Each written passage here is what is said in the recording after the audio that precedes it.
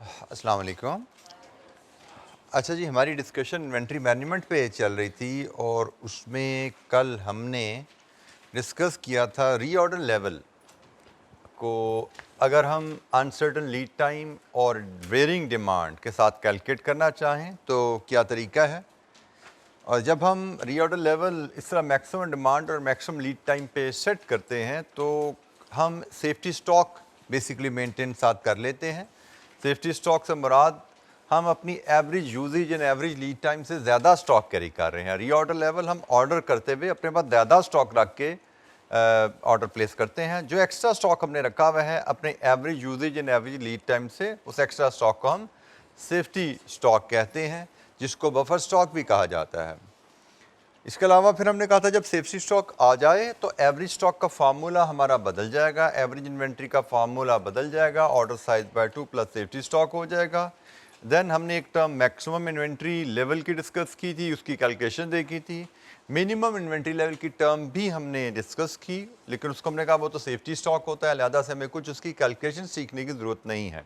So maximum अगर हम देखें, कल हमने जो फार्मूला सीखे थे, एक रीऑर्डर लेवल का, दूसरा बफर स्टॉक का, तीसरा एवरेज इन्वेंट्री का और चौथा मैक्सिमम इन्वेंट्री का। मिनिमम इन्वेंट्री तो वही बफर स्टॉक ही है, रिपीट हुआ फार्मूला, सिर्फ टर्म बदली थी। तो कोई सवाल कल के लेक्चर से जनाब, कोई चीज़ कल समझ नहीं है या आपको किसी कैलकुलेशन में, किसी इलस्ट्रेशन में कोई दिक्कत हो? कुछ इलस्ट्रेशन भी कल हमने परफॉर्म की थी, ये 13, 14, 15 हमने इस एरिया से की थी। अच्छा, जैसे मैंने कहा था कि हमारे चैप्टर का एक बड़ा हिस्सा हो चुका है, सिर्फ एक छोटा सा एक टॉपिक रह गया है, लेकिन वो टॉपिक थोड़ा सा इन डिस्कशन से आगे चलता है, थोड़ा सा हम उसको एडवांस टॉपिक कह सकते हैं। तो हमने जितना एरिया कवर कर लिया उसके हिसाब से हम कुछ पास्ट पेपर क्वेश्चन करते हैं, ताकि जो एरिया हमने सीख लिया है इसकी हमारी रिवीजन हो जाए, इसकी हमारी प्रैक्टिस हो जाए। फिर हम जो एक टॉपिक ज़रा सा रह गया है उस पर भी बात करेंगे, उससे रिलेटेड इलस्ट्रेशन और क्वेश्चन भी करेंगे। तो स्टार्ट करते हैं जी क्वेश्चन नंबर 2 से।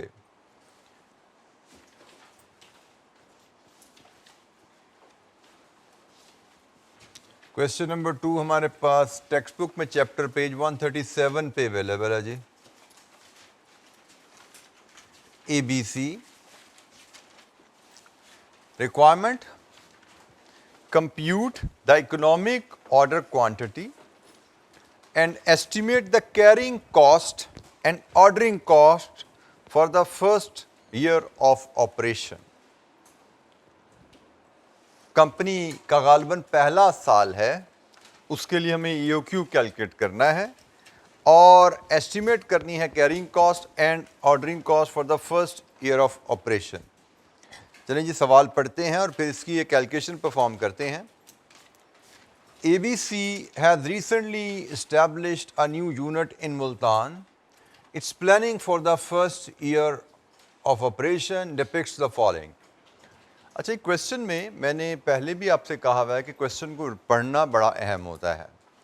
हम अक्सर बच्चे क्वेश्चन की कहानी को स्किप कर जाते हैं। हमारा दिल चाहता है जहाँ पे नंबर लिखे हुए ना, कैश सेल, क्रेडिट सेल, जहाँ से बात पढ़ना शुरू करें हम। लेकिन जब तक आप सिचुएशन नहीं समझते, किस सिचुएशन के ये फैक्ट्स हैं, आपको सवाल को समझने में दिक्कत होती है।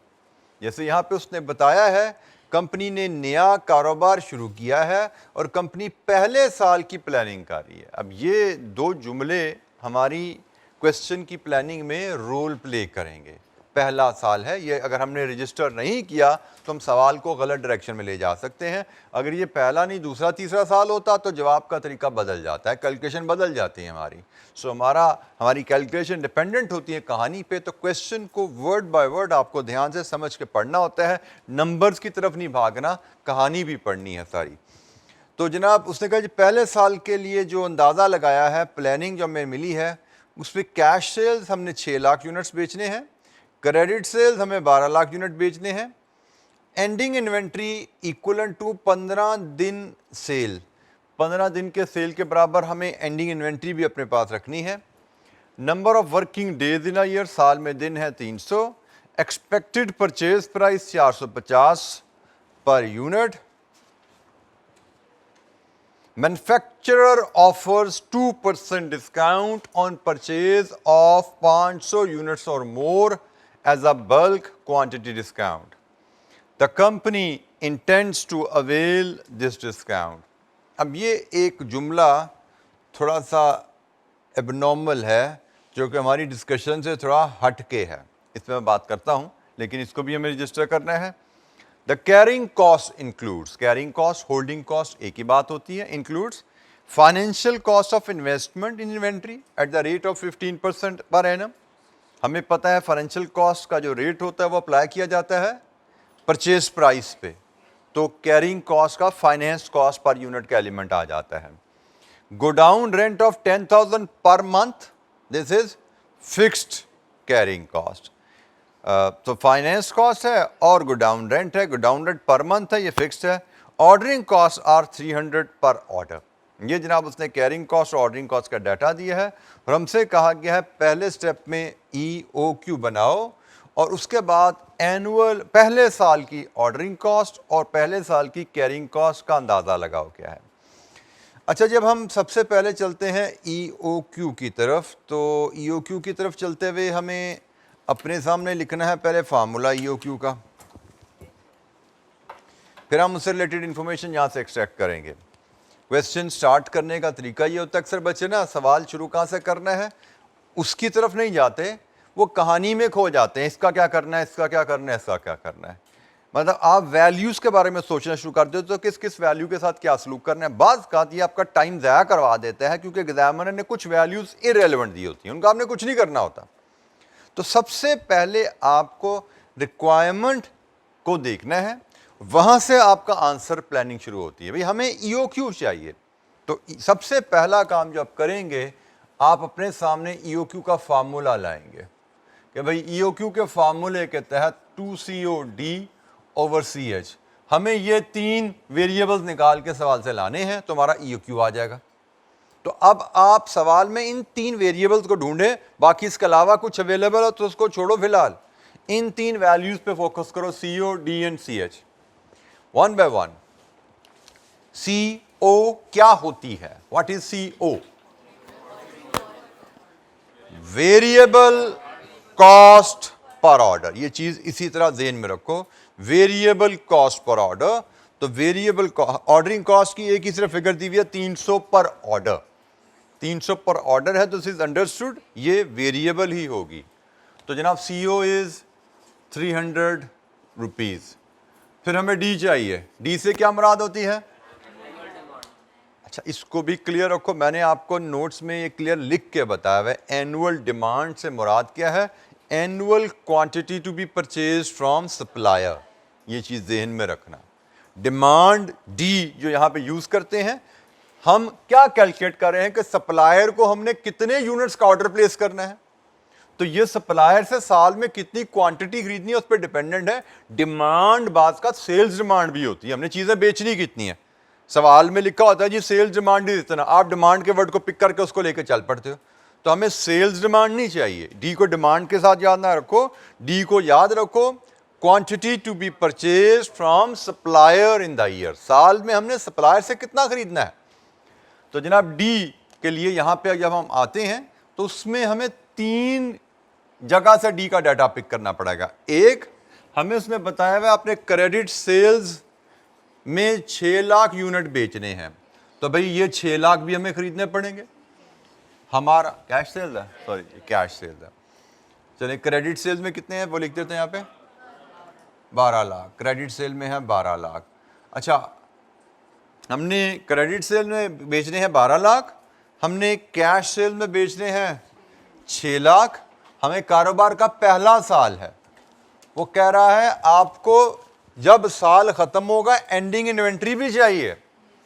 तो ये तो आपने बेच देने हैं, बेचने के बाद भी आपका यूनिट पड़े हों, इसका मतलब ये भी खरीदने पड़ेंगे ना आपको. तो एंडिंग इन्वेंट्री आप उसने बताया है 15 दिन की सेल के बराबर.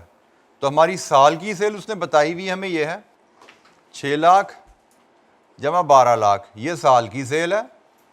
इसको 300 से डिवाइड करें, ये 1 दिन की सेल होगी, इंटू 15 कर दो, ये 15 दिन की सेल होगी. तो कितने बना 90,000। लीजिए जी, ये है हमारा डी, ये हमारी डी की वैल्यू है कि सालाना हमें, सालाना नहीं, पहले साल में कितने यूनिट्स खरीदने हैं?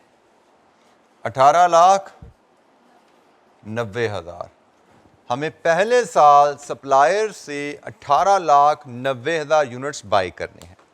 हम पहले साल की प्लानिंग कर रहे हैं, सो डी से मराद यहां पे है पहले साल में units to be purchase from the supplier. तो पहले साल में, अब यहां पे तवज्जो से एक बात नहीं सुनिएगा, अगर यहां पे ये पहला साल ना होता, दूसरा साल होता, तो ये एंडिंग इन्वेंट्री तो पहले ही पड़ी होती हमारे पास, तो फिर हमें शायद ये नहीं खरीदनी थी। समझ आई बात? अगर ये दूसरा साल होता तो एंडिंग इन्वेंट्री तो पहले साल की क्लोजिंग होनी थी ना, ये दूसरे साल में भी हमारे पास पहले ही आ जानी थी, फिर हमें ये खरीदने की जरूरत नहीं थी, फिर हम सिर्फ वही यूनिट खरीदते जो हमने बेचने हैं। सो एनुअल, यहां पे हम quantity to be purchase from supplier लेते हैं, डी से मुराद क्या है। अच्छा जी, आगे एक आइटम क्या रहेगी? सी एच, होल्डिंग कॉस्ट या कैरिंग कॉस्ट। कैरिंग कॉस्ट में क्वेश्चन में हमें दो इंफॉर्मेशन दी गई हैं, एक फाइनेंस कॉस्ट और दूसरी है गोडाउन रेंट। गोडाउन रेंट तो है फिक्स्ड, तो सी एच में आती है सिर्फ variable carrying cost per unit, और वेरिएबल यहां पे सिर्फ फाइनेंस कॉस्ट है। जितने यूनिट्स होंगे हर यूनिट की फाइनेंस कॉस्ट उसके हिसाब से पे करनी पड़ेगी। एक यूनिट रखा तो एक यूनिट की फाइनेंस कॉस्ट, दो यूनिट रखे दो की फाइनेंस कॉस्ट, तो वो वेरिएबल कॉस्ट है।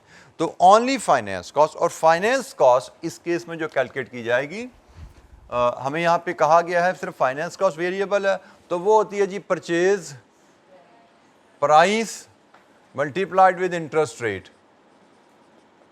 ये है एक यूनिट की एक साल की फाइनेंस कॉस्ट कैलकुलेट करने का तरीका। एक यूनिट को एक साल तक आप होल्ड करो, उसकी फाइनेंस कॉस्ट कैसे कैलकुलेट की जाती है? Purchase price into interest rate. ये हमने पहले कैलकुलेशन देखी हुई है।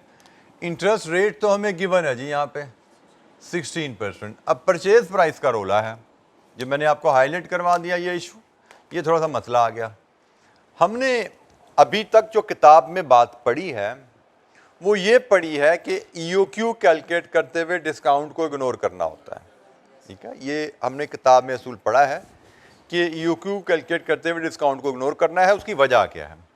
क्योंकि डिस्काउंट तो डिपेंड करता है ऑर्डर साइज पे, और ऑर्डर साइज क्या है ये तो हमें पता ही नहीं है।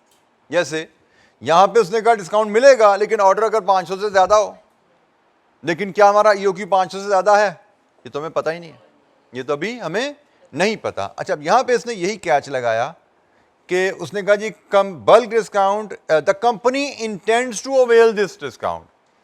कंपनी ये डिस्काउंट अवेल करना चाहती है।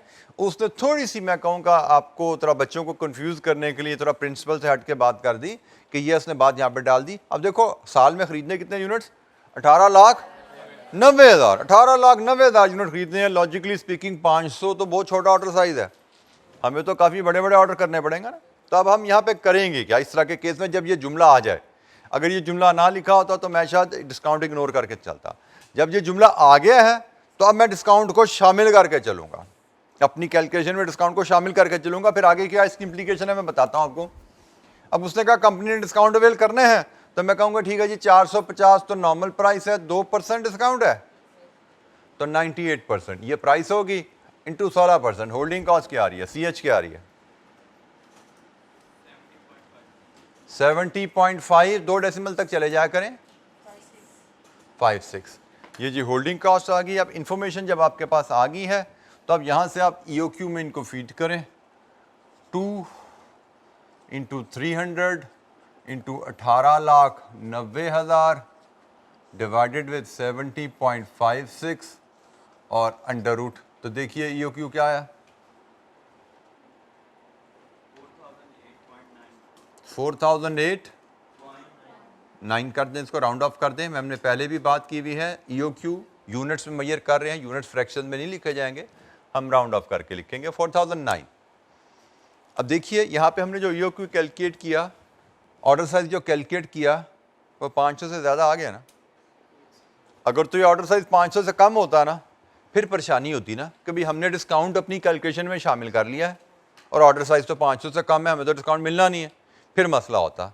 लेकिन इसमें एग्जामिनर ने यही ट्रिक आपके डाली हुई है कि उसने ऑर्डर साइज़ निकलना ही 500 से ज़्यादा था, इसलिए उसने ये जुमला लिख दिया। हालांकि प्रिंसिपली एकेडमिकली देखें तो ये जुमला गलत था, ऐसे नहीं होना चाहिए था, लेकिन बहरहाल हमें ऐसी चीज़ें एग्ज़ाम में मिलती रहती हैं, तो you need to be ready for such things. असूल क्या पढ़े हैं, किताब में क्या, सवाल में क्या लिखा है, जो सवाल में जो चीज़ लिखी होती है वो आपके लर्नड प्रिंसिपल को सुपरसीड कर जाती है।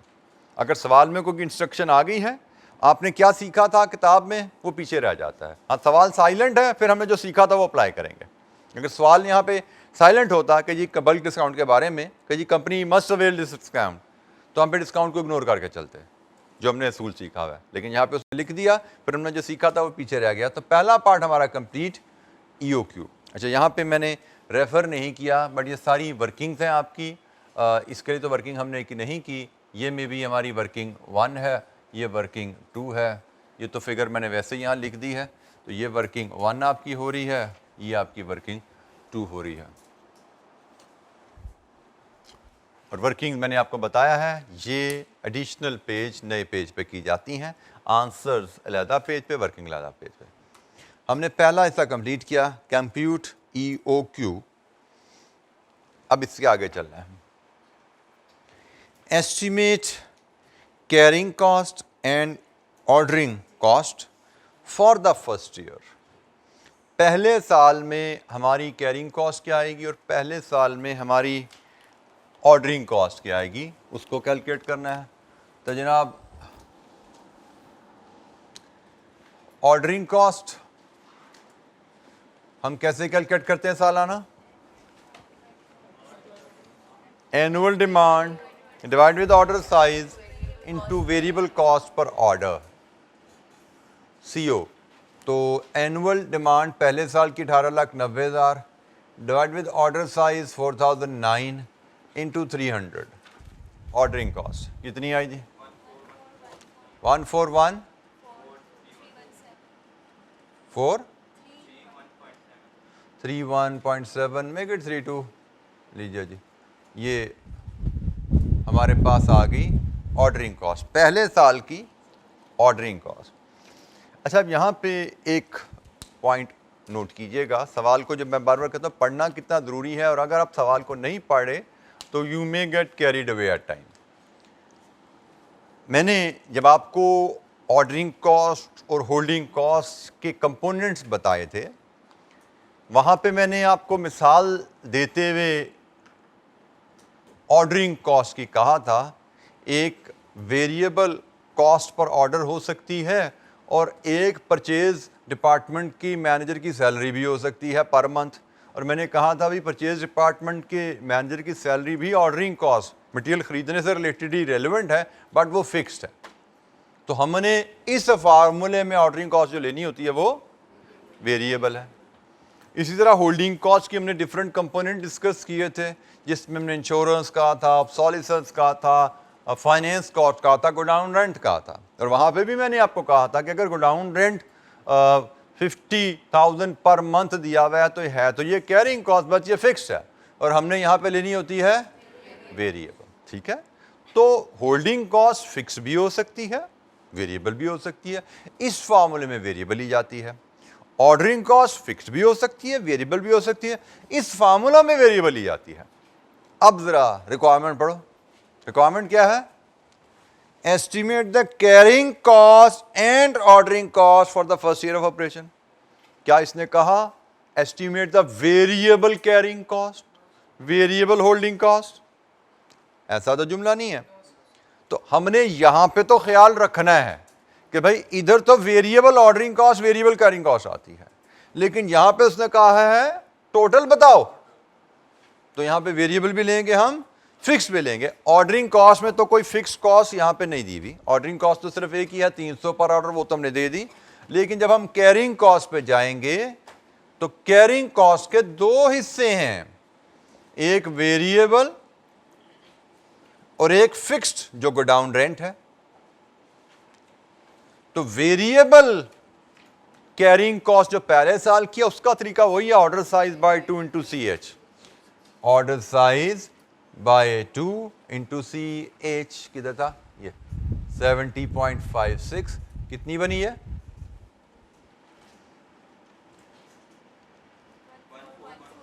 141,437 ये वही EOQ पे दोनों बराबर होती हैं सालाना, वही बात आ गई, राउंडिंग ऑफ का फर्क है। और गोडाउन रेंट कितना है 10,000 पर मंथ इंटू 12 कर दो, साल का 1,20,000 हो गया। लीजिए जी, ये हमारी कैरिंग कॉस्ट आ गई 2,61,437। सो सवाल को ध्यान से पढ़ना इज द की। अगर आप सवाल को ध्यान से नहीं पढ़ रहे तो you are bound to make mistakes. Concepts को एब्जॉर्ब करते हुए भी एक एक पॉइंट को रजिस्टर कीजिए। जब आप सवाल खुद नहीं करते, जब आप सिर्फ टीचर को बोर्ड पे सवाल करते देखते हैं या आंसर सवाल पढ़ के आंसर पढ़ लेते हैं, तो ये छोटे छोटे पॉइंट जो टीचर ने बोले होते हैं, जो किताब में ट्रीट हुए होते हैं, आपको रजिस्टर नहीं होते। जैसे मैंने आपको बड़ा क्लियरली कहा, variable ordering cost, variable holding cost की शर्त सिर्फ उस फार्मूला के लिए है। ऐसा नहीं कि ऑर्डरिंग कॉस्ट सिर्फ होती वेरिएबल है, ऐसा नहीं कि होल्डिंग कॉस्ट सिर्फ होती वेरिएबल है। ऑर्डरिंग कॉस्ट, होल्डिंग कॉस्ट में फिक्स कंपोनेंट भी होते हैं। उस फार्मूले के लिए शर्त है कि वहां पे सिर्फ वेरिएबल जानी है। लेकिन अगर ओवरऑल बात करें तो भाई उसमें फिक्स कॉस्ट भी शामिल होती है। ये जो हमने एनुअल होल्डिंग कॉस्ट और एनुअल ऑर्डरिंग कॉस्ट के जो फार्मूला सीखे थे ना, वो वेरिएबल पार्ट की सालाना कॉस्ट कैलकुलेट करने के फार्मूलाज हैं। कि वेरिएबल ऑर्डरिंग कॉस्ट आपने कैलकुलेट करनी है सालाना, तो ये फार्मूला है। वेरिएबल होल्डिंग कॉस्ट कैलकुलेट करनी है सालाना, तो ये फार्मूला है। फिक्स्ड हमें क्वेश्चन में लिहाजा से दी जाए तो हमें उसको भी ऐड करना है, if we are required to do so. ठीक है जी, एनी क्वेश्चन?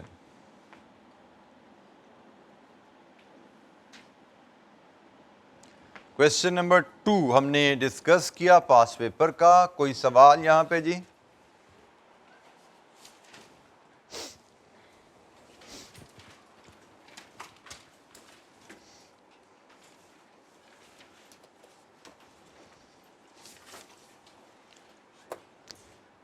मैंने बार बार आपको एम्फेसिस एक बात पे की है, आगे भी करता रहूँगा, कि जब भी पास पेपर सवाल आए, सवालों को खुद पढ़ के, अच्छी तरह पढ़ के, बार बार पढ़ के अटैम्प्ट कीजिए। अटैम्प्ट करने के बाद सोल्यूशन पे जाइए। एक तो इस अंदाज में सवाल करने से आपकी लर्निंग उस अंदाज में होगी जो एग्ज़ाम में चाहिए, क्योंकि एग्ज़ाम में सोल्यूशन की हेल्प के बगैर सवाल करना आपको आना चाहिए। और मैंने आपको कहा हुआ है कि अगर सवाल करते हुए किसी स्टेप पे आप फंसते हो तो आंसर से हेल्प नहीं लेना। किसी वैल्यू की कैलकुलेशन में दिक्कत है, फॉर एग्जांपल आपको समझ आ गया CO क्या है, D क्या है, CH कैलकुलेट करना नहीं आ रहा, अज्यूम करो CH 100 रुपये है, सवाल पूरा कर दो, पहले EOQ निकाल लो। अपनी इस हैबिट को डेवलप करो कि अगर मुझे कोई एक स्टेप नहीं आता तो मैं वह स्टेप की वैल्यू अज्यूम करके सवाल पूरा करूं। आपको एक ना में बचपन से शौक होता है कि हमारा आंसर किताब के आंसर से मैच करे तो ही हमारा खून बढ़ता है, तो ही हमें लगता है हमने कोई काम किया। तो भाई इस शौक को ख़त्म करो। अब प्रोफेशनल एजुकेशन में ये शौक आपको मरवाएगा। प्रोफेशनल एजुकेशन में आप अगर सोल्यूशन को देख देख के अपना आंसर बनाओगे ना कि मेरा मैच कर रहा है आंसर, तो भाई ये तो कॉपी पेस्ट है, इसमें क्या सीखा आप? कॉपी पेस्ट से आपकी कोई एग्जाम की तैयारी नहीं हुई कि आंसर देख के अपना वही आपने कॉपी पेस्ट करके मैच करवा लिया। तो ये किस बात की खुशी है? एग्जाम में हमारा टारगेट मैच करवाना नहीं है। एग्जाम में हमारा टारगेट है सवाल पूरा करना। बीच में एक आध स्टेप को गलत हो जाए कोई बात नहीं, 10 नंबर का सवाल है, एक स्टेप गलत हो गया, 2 नंबर कट जाएंगे, 8 तो मिलेंगे ना, तो we are more than happy. Examiner तो हमें 10 में से 5 नंबर लेने पे पास करता है। तो हमारा एक स्टेप अगर गलत हो रहा है सवाल में, हमें उससे वरी नहीं करना। ठीक है, हम सीखेंगे, पहले सवाल कंप्लीट करना सीख लें, फिर सवाल में गलतियां कम से कम करने के लिए अपने नॉलेज को ज़्यादा से ज़्यादा बढ़ाएंगे, अपनी प्रैक्टिस ज़्यादा से ज़्यादा करेंगे। लेकिन पहला टारगेट है सवाल कंप्लीट करें। हमें नहीं भी आता पूरा, फिर भी कंप्लीट करें। जो चीज़ मिसिंग है, जो हमें स्टेप नहीं आता, उसको अजम्पशन से बाईपास करें, सवाल कंप्लीट करें। तो इस हैबिट को लेकर चलें। इसकी दूसरी वजह क्या है कि आप अगर सवाल देखते हो, सोल्यूशन देख लेते हो, तो मुझे नहीं पता अभी तक मैंने आपसे ये बात की कि नहीं की, लेकिन शायद आगे हम चलेंगे, बल्कि मैं बता देता हूं, हम चलेंगे आगे तो ICAP के सोल्यूशन में कहीं ना कहीं हमें गलतियां नजर आती हैं। अगर हम सवाल खुद अटेम्प्ट नहीं कर रहे, मतलब अपना दिमाग अप्लाई नहीं कर रहे, तो हम ICAP के सोल्यूशन को सही समझते हुए फॉलो कर जाते हैं और जो आईकैप का गलत सोल्यूशन होता है उसको याद कर लेते हैं। इसकी मिसाल अभी मैं देता हूं आपको। हमने क्वेश्चन नंबर 1 किया था, याद है? इसमें डिस्काउंट जब आया था तो उस पर हमने डिस्कस किया था डिस्काउंट आने से होल्डिंग कॉस्ट बदल जाती है। अब इस सवाल का जवाब अगर किसी बच्चे ने देखा था तो आपको नजर आ रहा है कि उसने जब EOQ है तब भी 7 रुपये होल्डिंग कॉस्ट ली हुई है, जब बल्क ऑर्डर है तब भी 7 रुपये होल्डिंग कॉस्ट ली हुई है। ये गलत है। आपको याद है हमने 6.97 ली थी। अब ये आंसर गलत है। तो अगर आपने खुद अटेम्प्ट नहीं किया सवाल, आपने इसको देख लिया, तो आपके जहन से ये चीज़ ही वाश हो जानी है कि भाई डिस्काउंट आने से परचेज कॉस्ट बदले, तो जहां पे परचेज कॉस्ट का पे डिपेंडेंट है होल्डिंग कॉस्ट, हमें होल्डिंग कॉस्ट बदलनी चाहिए। ये असूल आपके जहन से निकल जाएगा जो आपको देखने से। तो आपको अगर कोई गलत सोल्यूशन आ गया, आप उस गलत सोल्यूशन को ही याद कर लोगे।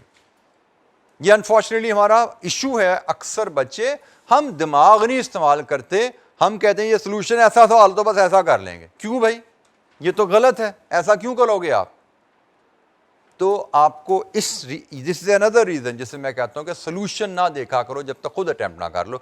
आपने जब ये सवाल खुद अटेम्प्ट कर लिया ना, अब अगर सोल्यूशन देखो तो आप समझ जाओगे हाँ भाई ये इसने गलती की हुई है, ये सोल्यूशन की गलती है, क्योंकि आप अपना दिमाग इस्तेमाल कर चुके हो, आप सोच चुके हो इसके ऊपर। यहाँ पे 7 आना था, यहाँ पे 6.97 आना था।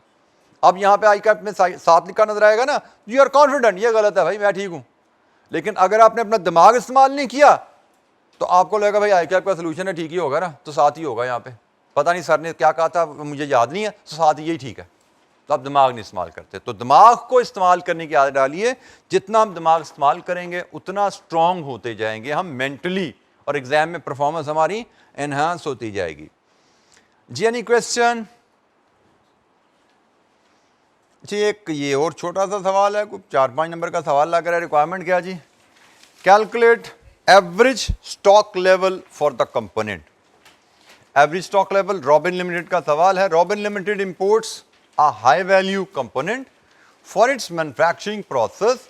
Following data relating to the component has been extracted from RL's record for the last 12 month. आखिरी साल का डाटा जी एक्सट्रैक्ट निकाला गया है और हाई वैल्यू कंपोनेंट है। Maximum usage in a month, minimum usage in a month, average usage in a month, maximum lead time, minimum lead time, reorder quantity. Calculate average stock level for the component. Average stock के हमने 2 formula सीखे हुए हैं। कौन कौन से? Order size by 2 and order size by 2 plus safety stock. अब यहां पे कौन सा लगना है? Order size by 2 plus safety stock, क्योंकि यहां पे डिमांड में और लीड टाइम में वेरिएशन है। जब डिमांड और लीड टाइम में वेरिएशन हो तो कंपनी सेफ्टी स्टॉक मेंटेन करती है। ठीक है, हमने सीखा हुआ है कि जब डिमांड में या लीड टाइम में वेरिएशन हो, इसमें तो दोनों में वेरिएशन है, तो जब डिमांड में या लीड टाइम में वेरिएशन है तो कंपनी सेफ्टी स्टॉक मेंटेन करती है। और जब सेफ्टी स्टॉक मेंटेन करे तो एवरेज स्टॉक का फॉर्मूला क्या है वो हमने सीखा हुआ है। Question number 3, average inventory will be order size by 2 plus safety stock. अब ऑर्डर साइज तो क्वेश्चन में गिवन है, हमें कितना है? री ऑर्डर क्वांटिटी के नाम से गिवन है ना, कितना है? 750 बाय 2। और अब हमें चाहिए सेफ्टी स्टॉक। तो सेफ्टी स्टॉक के लिए हम वर्किंग 1 बना लेते हैं। यहाँ से हमारे पास आ जाएगी वैल्यू फाइनल, ये 375 आ गया, प्लस वर्किंग 1 से चले हम डायरेक्ट वैल्यू यहाँ पे लिखेंगे और फिर आंसर दे देंगे यहाँ पे। ठीक है, तो अब वर्किंग 1 पे जाते हैं। सेफ्टी स्टॉक कैसे कैलकुलेट करते हैं? Reorder level minus average usage in average lead time. बिल्कुल ठीक है जी। Safety stock is reorder level minus average usage in average lead time. Reorder level क्या होता है? Maximum usage in maximum lead time. तो व्हाट इज मैक्सिमम यूजेज? 300 और maximum lead time अच्छा, यहाँ पे भी आप एक ध्यान में रखिएगा, एग्जामिनर जब ट्रिक देता है तो यहाँ पे लिख सकता है maximum usages per month and lead time in quarters. Lead time is 1 quarter, तो 1 क्वार्टर का मतलब 3 महीने, तो हमें 3 महीने का स्टॉक लेना है। बाज़ का वो लीड टाइम मंथ में दे देगा, यूजेज वीकली दे देगा, तो हमने जहन में रखना है कि हमने यूजेज ड्यूरिंग लीड टाइम लेना होता है। क्वेश्चन को ध्यान से पढ़ना है। मैं जो कह रहा हूं कि आप नंबर्स पढ़ते हो, ये जो स्टेटमेंट्स होती है ना, इनको इग्नोर कर जाते हो कि मैंने बस 300 को 2 से ज़रब दे देनी है, 300 को 6 से ज़रब दे देनी है। बस 300 पर मंथ है, 6 अगर मंथ नहीं है, वीक्स हैं, तो फिर 300 को 6 से ज़रब नहीं देनी। अगर ये 300 भी मंथली है, 6 भी मंथ है, फिर तो ज़रब देनी है। लेकिन ये अगर वीक्स है और ये मंथ है, तब हमने मल्टीप्लाई नहीं करना, फिर हमें थोड़ा एडजस्टमेंट करनी पड़ेगी। तो क्वेश्चन को तसल्ली से पढ़ना है। इसीलिए मैंने कहा कि कम से कम 3 दफा क्वेश्चन पढ़ा होगा तो ही आप उसका एक अच्छा कंप्रीहेंसिव सॉल्यूशन बना सकते हो। मेजॉरिटी ऑफ द स्टूडेंट्स की फेलियर की वजह एक दफा सवाल पढ़ के अटेम्प्ट करने की कोशिश है, जिसकी वजह से बेतहाशा गलतियां, इतनी गलतियां हो जाती हैं कि 50 से नीचे चले जाते हो। 3 दफा पढ़ के करोगे ना तो गलतियां भी कम होंगी, टाइम भी आपका एफिशिएंट टाइम में एग्जीक्यूशन हो जाएगी। जब आप एक दफा पढ़ के करते हो, एग्जीक्यूशन में लिखने में बहुत ज़्यादा टाइम लग जाता है। कितनी दफा गलतियां करके आपको ओवरराइट करना पड़ता है, ठीक करना पड़ता है। जब 3 दफा सवाल पढ़ा होता है ना, तो ओवरराइटिंग और एरर्स कम होती हैं। सवाल अच्छा, आपका आंसर क्विकली अटेम्प्ट हो जाता है। तो उधर रीडिंग में टाइम बचा लेते हैं एक दफा पढ़ के, लेकिन एग्जीक्यूशन में टाइम ज़ाया कर देते हो अपना, गलतियां कर करके, मार्क्स लूज कर करके फेलियर में चले जाते हो। ठीक है, तो हैबिट अभी से डेवलप करो कि सवाल को पहले हमने अटेम्प्ट नहीं करना, हमने तसल्ली से 3 दफा पढ़ लेना है। कम से कम नहीं समझ आ रहा, 34 दफा भी पढ़ लो। पूरा सवाल पहले दिमाग में हल किया करो, आदत बनाओ। सवाल को पहले दिमाग में हल करो, कौन सा फार्मूला होगा, ये डी कहाँ से आएगा, सी ओ कहाँ से आएगा, सी एच कहाँ से आएगा, अच्छा फिर कहाँ कहाँ जानी है चीज़ें। पूरा सवाल दिमाग में खाका बना के, जब खाका क्लियर हो जाए फिर लिखना शुरू किया करो। 3 दफ़ा रीडिंग के बगैर सवाल ना पढ़ो, नहीं तो आगे आप देखोगे जाके कितनी दफ़ा हमसे कुछ वैल्यूज़ मिस हो जाएंगी, कुछ फैक्ट्स मिस हो जाया करेंगे। एक दफ़ा पढ़ के हम क्लास में तो हम 3 दफ़ा नहीं पढ़ते। मैंने तो क्लास में आने से पहले भी पढ़ा होता है, इसलिए मुझे सारे फैक्ट रजिस्टर हो जाते हैं। आप एक दफ़ा पढ़ते हो तो मुझसे अक्सर पूछते हैं, सर ये आपने ट्रीटमेंट ऐसे की, ऐसे क्यों कर दी? फिर बताना पड़ता, भाई जाके ये देखो, ये लिखा हुआ था ना। हाँ सर, ये तो लिखा हुआ था, लेकिन आप लोगों को रजिस्टर नहीं हुआ था। एक दफ़ा पढ़ने में गुजर गए, पता ही नहीं लगा मंथ्स के हैं, वीक्स के हैं। ठीक है, तो ध्यान से पढ़ना सवाल बहुत ज़रूरी है। तो जनाब ये 300 पर मंथ है मैक्सिमम यूजेज, और ये लीड टाइम भी मंथ्स में है, तो हम मल्टीप्लाई कर सकते हैं। इसके बाद आइए एवरेज यूजेज 225, और एवरेज लीड टाइम, एवरेज तो है ही नहीं, मैक्सिमम है मिनिमम है, तो क्या करें, एवरेज बना लेते हैं। 6 + 2/2, ये लें एवरेज हमने खुद बना ली। ठीक है जी, तो ये हुआ रीऑर्डर लेवल 1800, और average usage in average lead time 225 × 4, इधर भी 900 और सेफ्टी स्टॉक भी 900 यूनिट्स।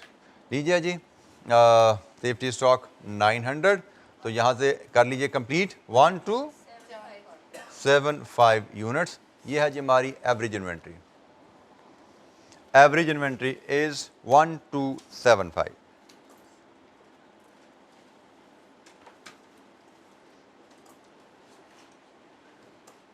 ये एक छोटा सा में भी 3-4 नंबर का सवाल होगा उसमें, क्योंकि मुझे लगता है 1 नंबर रीऑर्डर लेवल का होगा, 2 नंबर में भी एवरेज स्टॉक के होंगे, 1 नंबर सेफ्टी स्टॉक का हो गया, तो टोटल 4 नंबर, 5-6 नंबर, 6 नंबर बन ही जाते हैं। लेकिन बड़ा सिंपल सा सवाल है, 5 से 6 नंबर का सवाल होगा। ये नंबर लिखे नहीं हुए हमारे पास, लेकिन आई बिलीव के 5 से 6 नंबर का सवाल बनता है ये जी। Any question?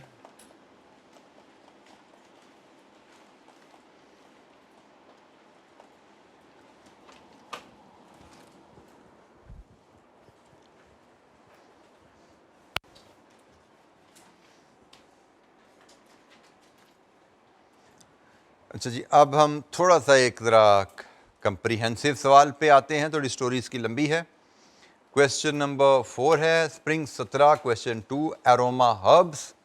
रिक्वायरमेंट 10 नंबर का सवाल, compute EOQ 4 number. Determine the amount of saving if any which can be achieved by AH bye adopting the stock management system based on EOQ. ये बिल्कुल वही रिक्वायरमेंट है जो हमने इलस्ट्रेशन 15 में कल की थी।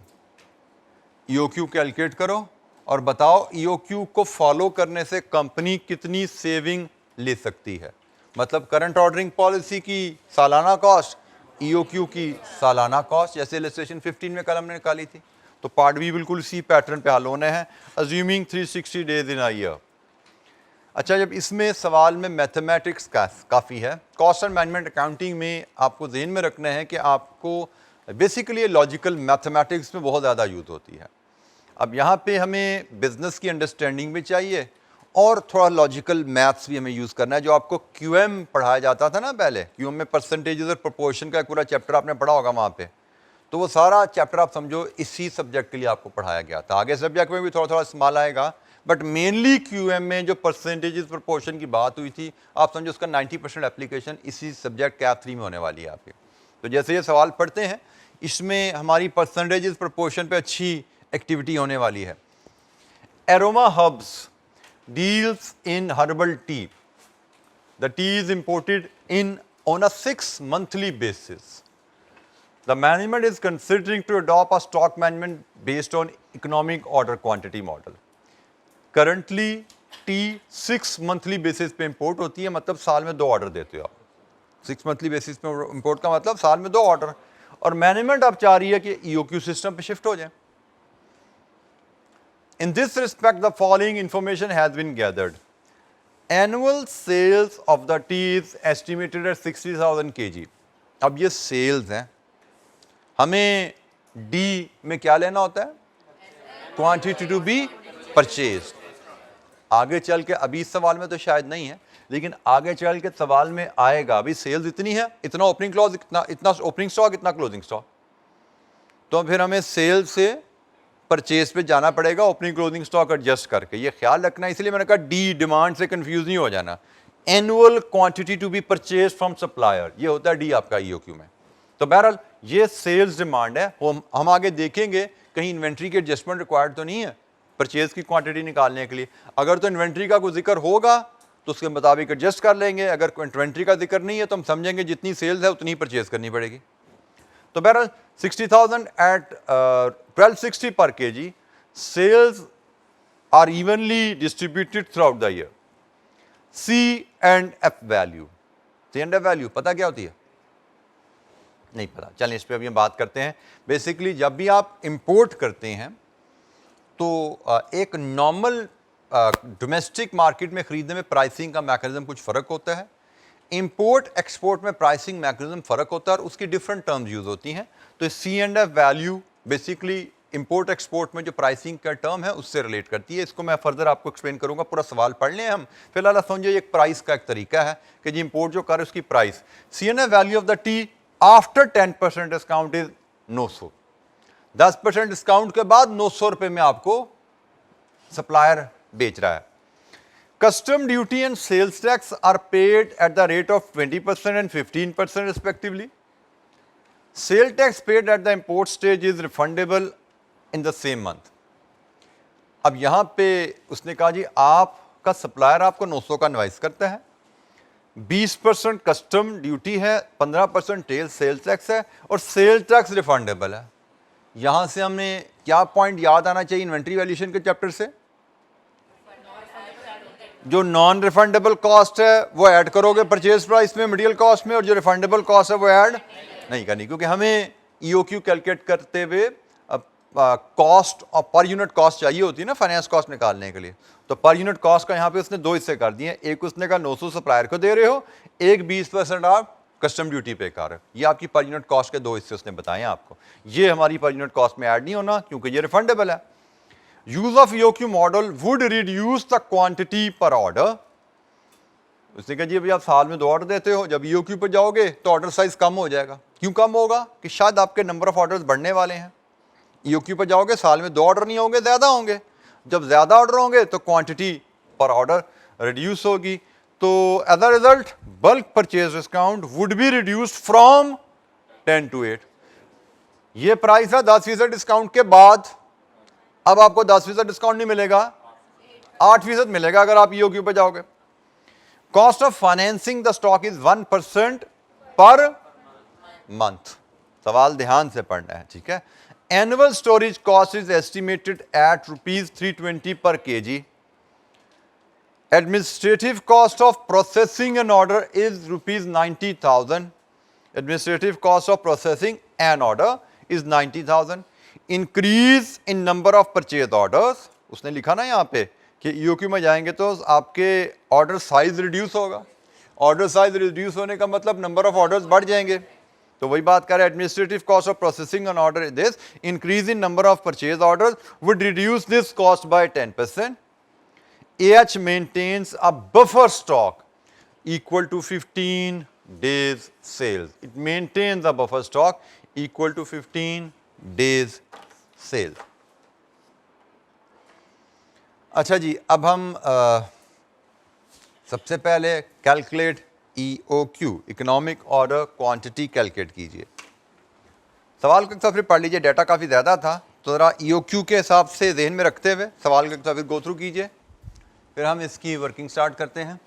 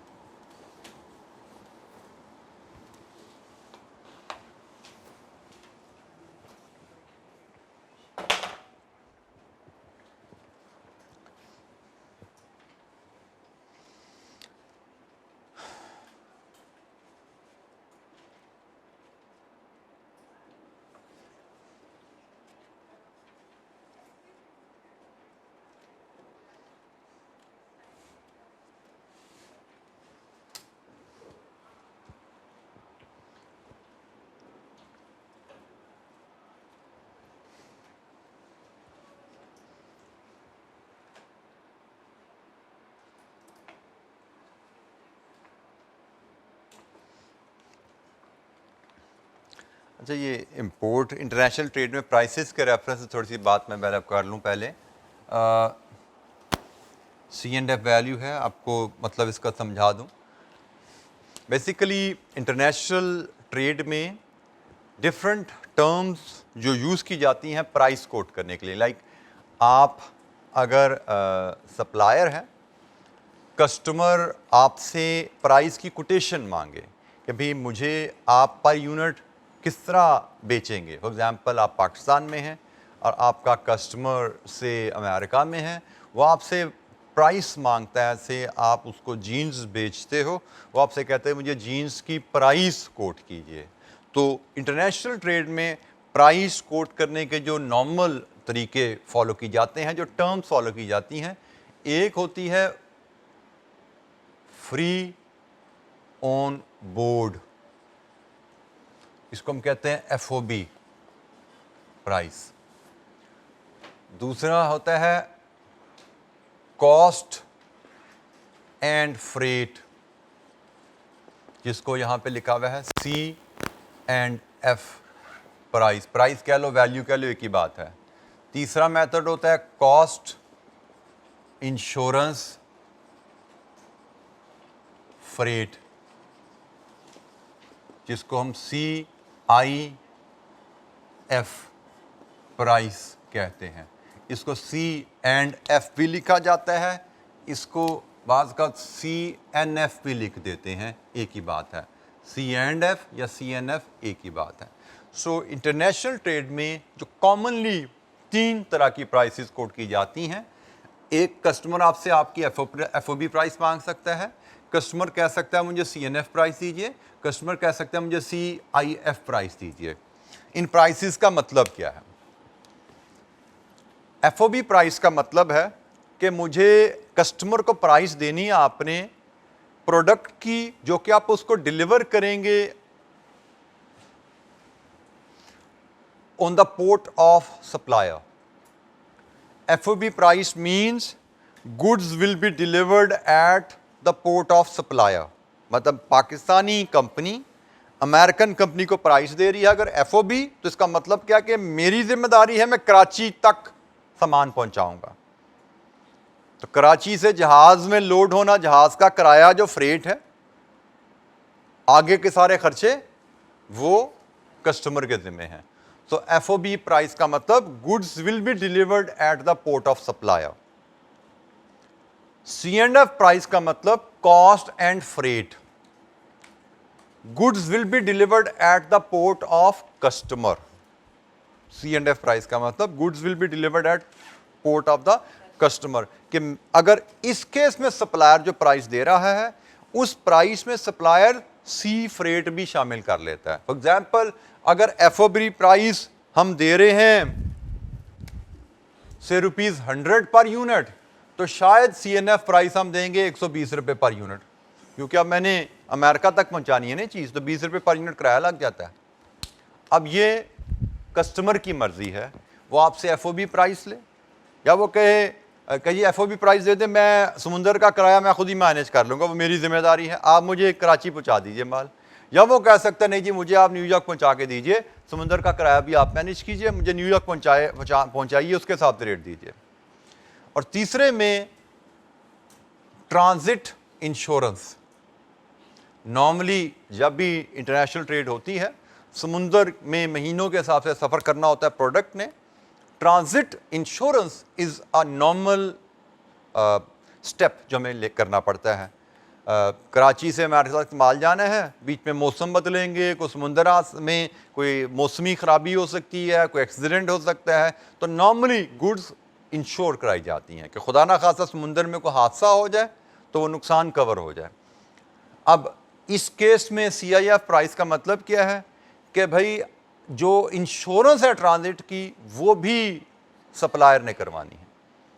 सप्लायर को प्रोडक्ट की कीमत भी देनी है, सप्लायर को अपने इंश्योरेंस ट्रांजिट इंश्योरेंस भी देनी है, और सप्लायर को अपने फ्रेट भी देना है। मे बी C&F प्राइस हो सकता है वो 122 रुपये हो, CIF प्राइस 122 रुपये पर यूनिट, 2 रुपये पर यूनिट इंश्योरेंस ऐड हो जाएगी। सो अब ये कस्टमर और सप्लायर का एग्रीमेंट है, वो क्या डील करते हैं, FOB price, C&F price, CIF price. तो फ्री ऑन बोर्ड, यहाँ पे दोबारा सुन लीजिए, goods are delivered at the port of supplier, goods are delivered at the port of customer, goods are delivered at the port of customer, क्योंकि freight तो दे रहे हैं, लेकिन transit insurance is also borne by supplier.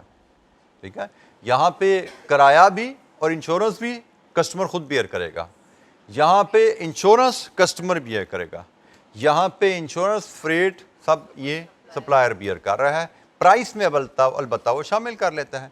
तो यहाँ पे उसने कहा जी C&F प्राइस है, मतलब C&F प्राइस का मतलब आपका कस्टमर आपके पोर्ट पे आपको डिलीवर कर रहा है, मतलब इसमें समुंदर का किराया भी शामिल है।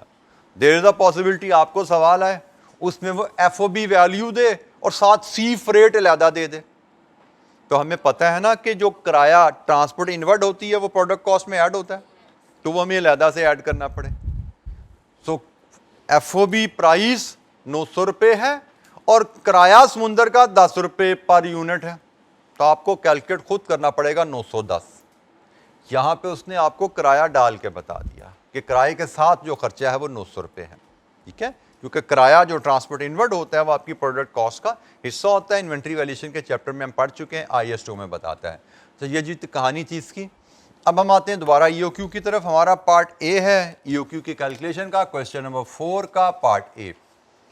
EOQ 1 by 1, इसमें हमें जो डाटा चाहिए वर्किंग 1 मैं CO के लिए करता हूं।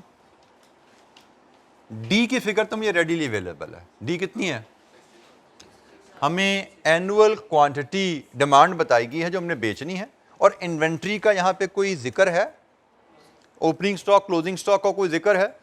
जब ओपनिंग क्लोजिंग स्टॉक का जिक्र नहीं है तो हम अज्यूम कर सकते हैं ओपनिंग क्लोजिंग स्टॉक 0 है। जब ओपनिंग क्लोजिंग स्टॉक 0 है तो जितने बेचने हैं वो सारे खरीदने पड़ेंगे, तो डी तो आ जाएगा 60,000। वर्किंग 1 में CO के लिए और वर्किंग 2 में CH के लिए कर लूँगा, तो फिर हम EOQ यहाँ पे ले पाएंगे। जी बेटा, सॉरी, बफर स्टॉक, मैंने अभी थोड़ी देर पहले जुमला बोला था कि कंपनी मेंटेन्स, कंपनी का पहला साल तो नहीं है ना, कंपनी चल रही है पहले से ही। Company deals in herbal tea, तो ये तो कंपनी का पड़ा हुआ है ना, कंपनी को इस साल खरीदना तो नहीं है, ठीक है। हाँ, अब इस पर एक तवज्जो से बात सुनिएगा, एक बात जरूर सुन लीजिएगा, सवाल पढ़ना क्यों है। मैं आप बात करते हैं एक चीज ऐसे हो तो ऐसे कर लेना, खत्म कर देते हो कहानी। एग्जामिनर एक जुमला बदलता है, यहां पे एक जुमला हो सकता था, company maintains buffer stock equal to 15 days of sales, however from the next year it want to increase it to 50 days। 15 दिन का मेंटेन करते हैं, लेकिन अगले साल से 50 दिन का करना चाहता है। अब सेफ्टी स्टॉक बढ़ाना है तो खरीद के रखना पड़ेगा ना अलमारी में, तो फिर 35 दिन का मजीद खरीदना पड़ेगा। अब ये है क्वेश्चन की रीडिंग की अहमियत और उसको समझना, हमने कितना स्टॉक खरीदना है। अगर तो उसने कहा मेंटेन, तो भाई ये तो पड़ा हुआ है हमारे पास पहले से, हमें खरीदना नहीं है, ये हमें खरीदना वो है सिर्फ जो बेचना है। लेकिन वो कहता है कि भाई इसको हमने बढ़ाना है, तो भाई जो बेचना है वो भी खरीदना पड़ेगा और जो स्टॉक को बढ़ाना है अलमारी में रखने के लिए वो भी खरीदना पड़ेगा। तो ये सवाल को ध्यान से तसल्ली से पढ़ना है। इस केस में उसने ऐसी कोई बात नहीं कि हमने इसको बढ़ाना है या कम करना है, उसने कहा जी हम रखते हैं, पड़ा है हमारे पास, इसकी हमें कोई टेंशन नहीं है, हमें तो सिर्फ खरीदना है 60,000। अच्छा जी, CO के बारे में उसने बताया हुआ क्वेश्चन में ये जनाब, नोट नंबर 6 में, administrative of cost of processing an order is 90, अभी 90 है। Increase in number of orders, EOQ से जब बढ़ेंगे, would reduce this cost by 10%। जब EOQ पे जाओगे नंबर ऑफ ऑर्डर साइज कम होगा, नंबर ऑफ ऑर्डर बढ़ जाएंगे, ये कॉस्ट 10% से कम हो जाएगी। कितनी हो जाएगी? 81,000। तो CO हमारी होगी 90,000 का 90%, 81,000। 90,000 हमारी CO है और हम EOQ प्लानिंग कर रहे हैं अगले साल की। ये भी ध्यान में रखा कीजिए, EOQ हम कैलकुलेट कर रहे होते हैं आने वाले साल की, मैनेजमेंट अकाउंटिंग है, फ्यूचर के बारे में फैसला कर रहे हैं कि हमें कितने यूनिट्स का ऑर्डर देना चाहिए। तो फ्यूचर में ये कॉस्ट 10% कम हो जाएगी। ये जी कहानी होगी CO की। अब हमें चाहिए CH। CH is variable holding cost per unit. Variable holding cost per unit के दो कंपोनेंट हैं, नोट नंबर 4, नोट नंबर 5, एक फाइनेंस कॉस्ट एंड एक स्टोरेज कॉस्ट। तो जनाब CH के लिए वर्किंग 2 पे जब जाते हैं तो हमारे यहां पे दो कंपोनेंट आएंगे, एक है storage cost per KG per year और एक है finance cost per KG per year. Storage तो उसने बताई है सीधी सीधी, annual storage cost is estimated at 320, ये तो है 320। फाइनेंस कॉस्ट क्या होती है? फाइनेंस कॉस्ट होती है एक यूनिट हमें, 1 kg हमें कितने की कॉस्ट करती है, मल्टीप्लाइड विद 1% पर मंथ। हमें तो सालाना चाहिए होती है ना, ये भी ख्याल करना, सवाल ध्यान से पढ़ना है भाई। उसने कहा जी फाइनेंस कॉस्ट 1% पर मंथ है, हम क्या करते हैं परसेंट चाहिए, उठाओ परसेंट, चलो आगे। अब आगे पीछे पढ़ाई नहीं उसके, ये पर मंथ लिखा हुआ भाई। तो ये एक टेंडेंसी है, हम नंबर्स पिक करते हैं, वर्ड्स नहीं उठाते, साइड दाएं बाएं पढ़ते नहीं है। तो ध्यान से वर्ड बाय वर्ड सवाल को पढ़ने की आदत डालो बेटा, ये आदतें ठीक करेंगे तो काम ठीक रहेगा। हमने तरीका क्या सीखा है, एक यूनिट हमें कितने का कॉस्ट करता है, 1 kg कितने का कॉस्ट करता है, into annual interest rate, 1% per month है, इनटू 12 कर दो, ये एनुअल इंटरेस्ट रेट आ गया। अब हमें कैलकुलेट करना है 1 kg टी हमें कितने की कॉस्ट करती है। से वर्किंग 2.1 में इसके लिए बनाता हूं आपकी, 1 kg टी हमें कितने की कॉस्ट करती है, वर्किंग 2.1।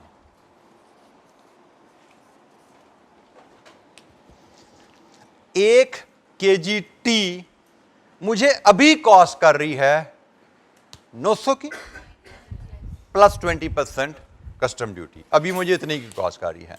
लेकिन क्या 20% ड्यूटी तो जो भी कॉस्ट है उस पर लग जाएगी, लेकिन क्या ईओक्यू पे जाने से भी टी मुझे 900 की कॉस्ट करेगी? Answer is no. उसने कहा है जो 900 की कॉस्ट है वो 10% डिस्काउंट के बाद है, मतलब 900 की कॉस्ट रिटेल प्राइस का 90% है, आइंदा डिस्काउंट हो जाएगा 8%।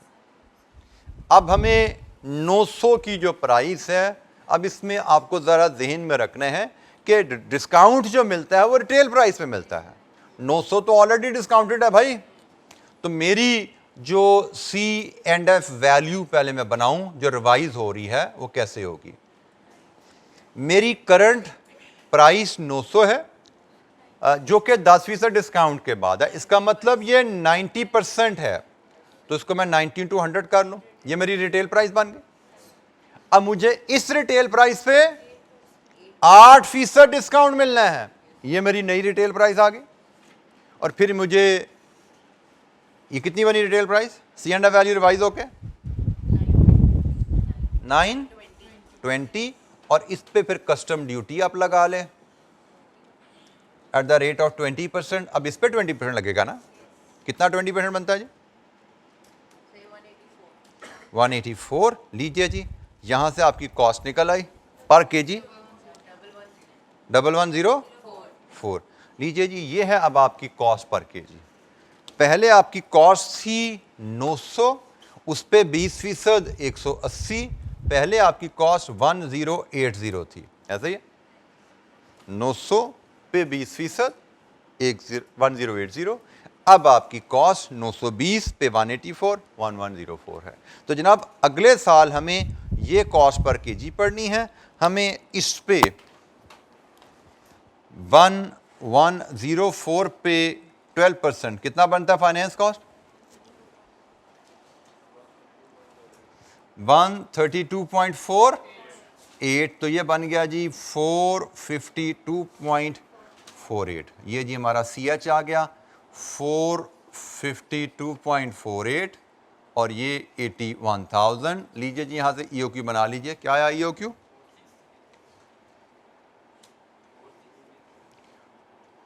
EOQ is 4634.35 kg, ये है जी हमारा EOQ। जी जनाब, एनी क्वेश्चन? क्वेश्चन को ध्यान से पढ़ने हैं, लॉजिकल मैथमेटिक्स, यहाँ पे बार बार आपका आगे चल के मजीद इसका इम्तिहान बढ़ता जाएगा। परसेंटेजेस से डील करना, प्रोपोर्शन से डील करना बार बार हमें करना पड़ेगा आगे चल के। 900 रुपये 10% डिस्काउंट के बाद है, तो 8% डिस्काउंट के बाद कीमत क्या होगी? 900 रुपये 10% डिस्काउंट के बाद है, इसका मतलब हमारी फुल प्राइस तो 1000 हुई ना, 900/90 × 100, तो फुल प्राइस 1000 है, इस पे 8% डिस्काउंट का मतलब बाकी 92 बचेगा, तो नई प्राइस हमारी 920 बनती है। नई प्राइस 920 है, कस्टम ड्यूटी 20% के हिसाब से 184। ये जनाब हमारे पास आ गया कॉस्ट पर केजी हमारी। जी एनी क्वेश्चन?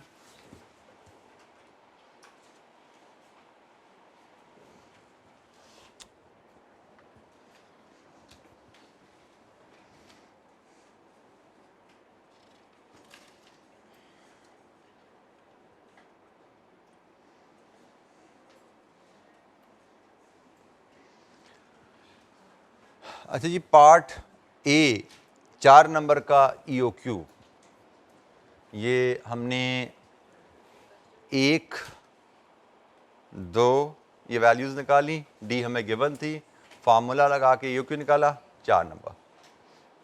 तो may be 1 number, 2 number, 3 number और फार्मूला 4 नंबर, ठीक है। 1 नंबर आपकी ये रिवाइज यानी वैल्यू, 1 नंबर में भी कस्टम ड्यूटी कैलकुलेट करने का 2 नंबर हो गए, 1 नंबर आपका CO का 3 नंबर और ये फार्मूला में यूज़ करके EOQ निकालना, 4 नंबर पूरे हो गए। यहाँ पे 4 नंबर ऐसे डिवाइडेड होंगे। आई बिलीव मार्किंग स्कीम इसकी है हमारे पास, बिल्कुल है, हम ऐसे तुक्का लगा रहे हैं। ये मार्किंग स्कीम है, यहाँ पे देख लें जी। Purchase cost per KG 1 number, ordering cost per order half, annual holding cost per KG 1 रुपया, EOQ 1.5 नंबर। ठीक है जी, मैंने थोड़ा 1 नंबर का हेर फेर हो गया था मुझसे, मेरा ख्याल था फार्मूला का भी 1 होगा, तो उसका 1.5 है। तो ये जनाब आपकी कहानी आ गई मार्किंग स्कीम की। अच्छा, जब हम पार्ट बी देखिए, determine the amount of saving which can be achieved by AH by adopting the stock management system based on EOQ। हमने EOQ निकाल लिया, अब हमने EOQ versus current ordering policy. What is current ordering policy? साल में 2 order, खरीदना कितना है? 60,000। एक ऑर्डर कितने का हुआ? 30,000 का। साल में 2 ऑर्डर में आपने 60,000 खरीदना है। तो अब हमारे पास ऑर्डर साइजेस 2 आ गए, एक करंट पॉलिसी है 30,000 kg की, और एक EOQ है कितना? 4635 kg। हमें इन दोनों पॉलिसीज के तहत कैलकुलेट करना है एनुअल कॉस्ट ऑफ। अब यहां पे डिस्काउंट भी आ रहा है, ऐसा ही है ना? Purchase cost, annual cost of purchase, annual cost of ordering, annual cost of holding. ठीक है जी। और यहां पे देखेंगे टोटल कॉस्ट कितनी बनती है, और फिर हम उसमें बताएंगे सेविंग कितनी है, सेविंग विद EOQ।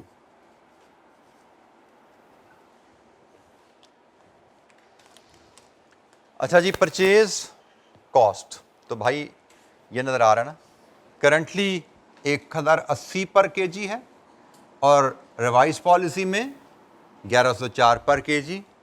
तो करंट पॉलिसी के तहत 60,000 इंटू 1080 है, रिवाइज पॉलिसी के तहत 60,000 इंटू 1104 होगा। तो परचेज कॉस्ट दोनों ऑप्शन में क्या बनती हैं? 60,000 इंटू 1080 जी,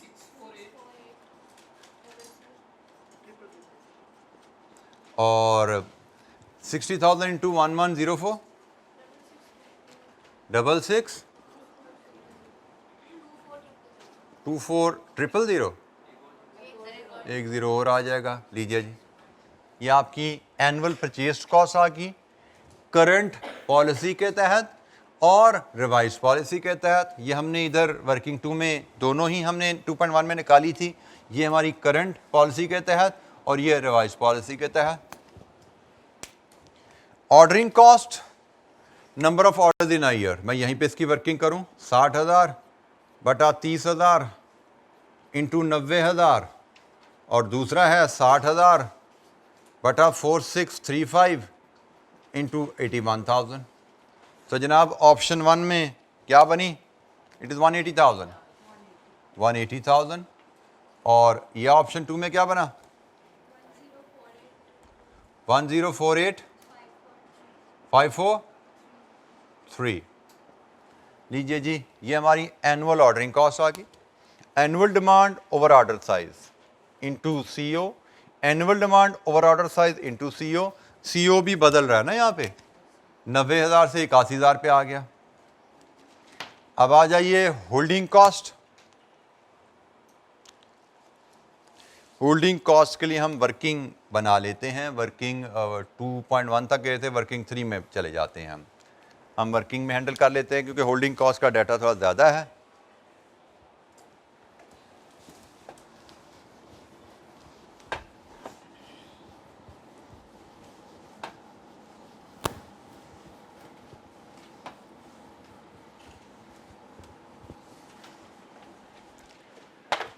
company maintain safety stock. Holding cost क्या होगा? Average inventory into CH, average inventory into CH, और एवरेज इन्वेंट्री क्या होगी? Order size by 2 plus safety stock. ठीक है, तो हम यहाँ पे करंट ऑर्डरिंग पॉलिसी के तहत चलें, करंट पॉलिसी के तहत चलें, order size by 2 plus safety stock. Safety stock कितने हैं? 15 दिन की सेल्स, 1 साल की सेल, 1 दिन की सेल, 15 दिन की सेल। लीजिए जी, ये हो गया एवरेज इन्वेंट्री। चलो एवरेज इन्वेंट्री आ गई ना, ये ब्रैकेट बना दी मैंने, multiplied with sorry 360 days in a year, my mistake, 360 days in a year. जी अब हमें सीएच चाहिए। करंट पॉलिसी के तहत सीएच क्या है? रिवाइज पॉलिसी के तहत सीएच तो हमने भी निकाला था ना, समथिंग क्या था 452। करंट पॉलिसी के तहत सीएच क्या होगा? 12% ऑफ परचेज कॉस्ट प्लस 320, 320 पर केजी है वो तो फिक्स है, प्लस परचेज कॉस्ट का 12%, 1% सालाना। यही है जी कहानी। तो यहां से आप निकाल सकते हो सालाना holding cost as per current policy. ये वर्किंग 3 हमारी है, ये एवरेज इन्वेंट्री आ गई, और ये holding cost per unit per year आ गया। कितनी है सालाना होल्डिंग कॉस्ट? ये ब्रैकेट में करो उसको सम, और इसको इस ब्रैकेट से करो मल्टीप्लाई।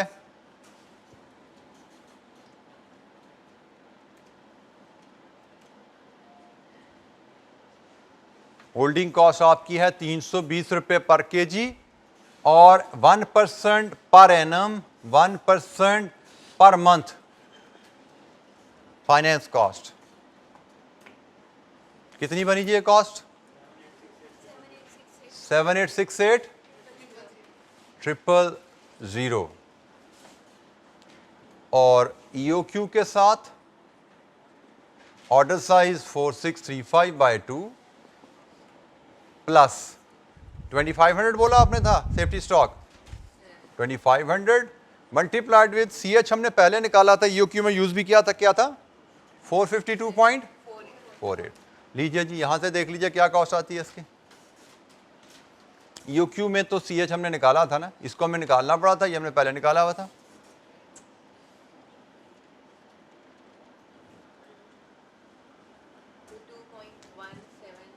टू वन लीजिए जी, ये हम इन वैल्यूज को यहाँ फीड करेंगे।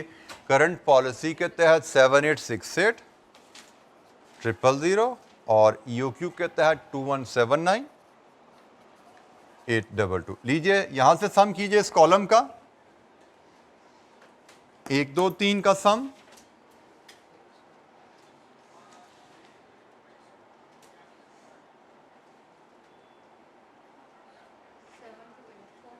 सेवन टू 840, और इसका सम कीजिए 6656 2869 है जी, ये जी 6946 8365। लीजिए जी सेविंग, हमें सेविंग नजर आ रही है, करंट कॉस्ट 72 मिलियन है, ईओक्यू से कम हो जाती, कितना सेविंग है जी? इन दोनों का फर्क लीजिए,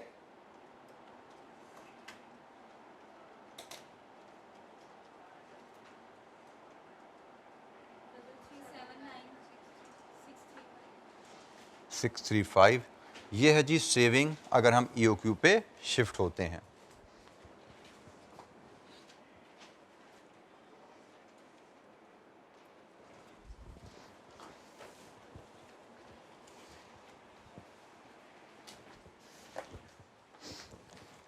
जी एनी क्वेश्चन, किसी वैल्यू की कैलकुलेशन पे कोई दिक्कत?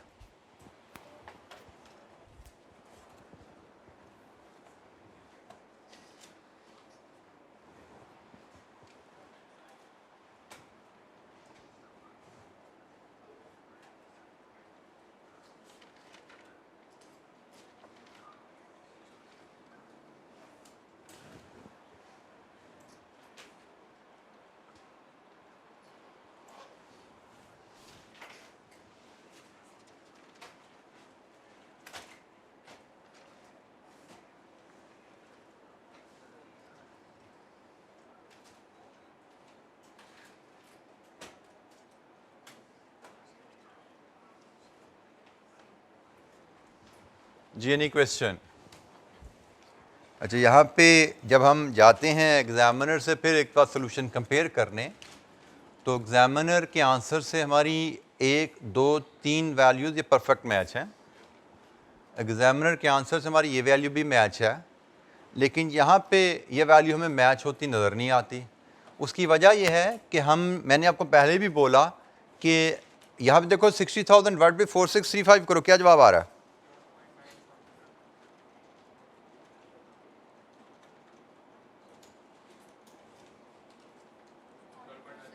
12 एग्जामिनर इसको राउंड ऑफ करके 13 लिख देता है, विच इज़ नॉट रिक्वायर्ड।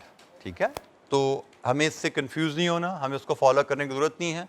हम order size divide annual demand over order size करें, इनटू CO कर दें, दिस इज गुड इनफ। वो क्या करता है, पहले इसको कैलकुलेट करता है, फिर इसको राउंड ऑफ करके फिर मल्टीप्लाई कर रहा, this is not required at all. ठीक है, हम जिस तरह कर रहे हैं इसकी वजह से ये फ़र्क आ रहा है। और इसी तरह होल्डिंग कॉस्ट में भी यहाँ पे उसने यूनिट्स को राउंड ऑफ कर दिया, यहाँ पे यूनिट्स को 4635/2 वो 0.5 आ गया ना, उसको राउंड ऑफ किया और फिर इसको मल्टीप्लाई किया, तो मार्जिनल सा डिफरेंस यहाँ पे भी आ गया।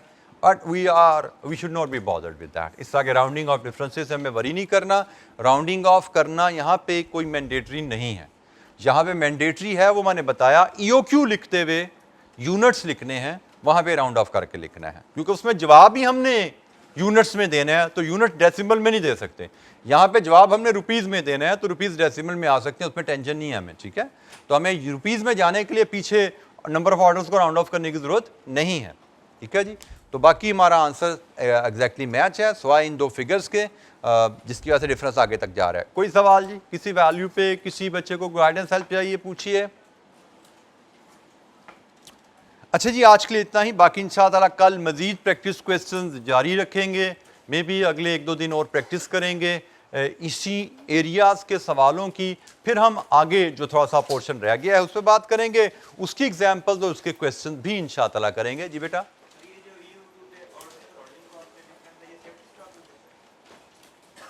EOQ में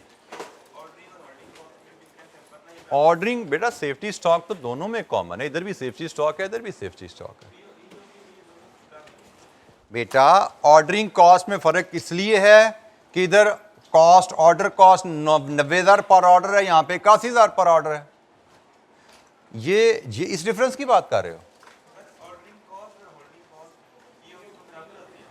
सॉरी, मैं आपको बात नहीं समझा। बिल्कुल ठीक कह रहे हैं जी, आपके साथी ने कहा, हमने पढ़ा हुआ है at EOQ annual ordering cost and annual holding cost बराबर होती है, लेकिन एक मैंने कहा था एक एक्सेप्शन आएगी, वो यही एक्सेप्शन है, जब सेफ्टी स्टॉक आ जाता है तो फिर आपकी होल्डिंग कॉस्ट सेफ्टी स्टॉक की वजह से बढ़ जाती है, तो फिर ये बराबर नहीं रहता। आप यहां पे देखो ना, अगर आप इस सेफ्टी, ये जो होल्डिंग कॉस्ट हमने कैलकुलेट किया, ये होल्डिंग कॉस्ट है ना, इसके दो हिस्से बना सकते हो। एक 4635/2 इंटू 452.48 इक्वेशन है ना ये, और एक 2500 इंटू 452.48।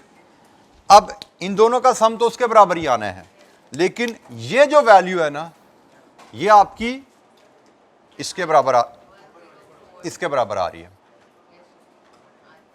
ठीक है, बेसिकली जब सेफ्टी स्टॉक ना होता तो एनुअल होल्डिंग कॉस्ट हमारी इतनी सी निकलनी थी ना, वो तो इसके बराबर ही आती है, लेकिन जब सेफ्टी स्टॉक आ जाता है तो होल्डिंग कॉस्ट बढ़ जाती है इस अमाउंट से। ठीक है, तो जनाब आज के लिए इतना ही। ये इस कॉन्सेप्ट पे मजीद बातें हमारी होनी आगे चल के। Thank you very much. अस्सलाम वालेकुम।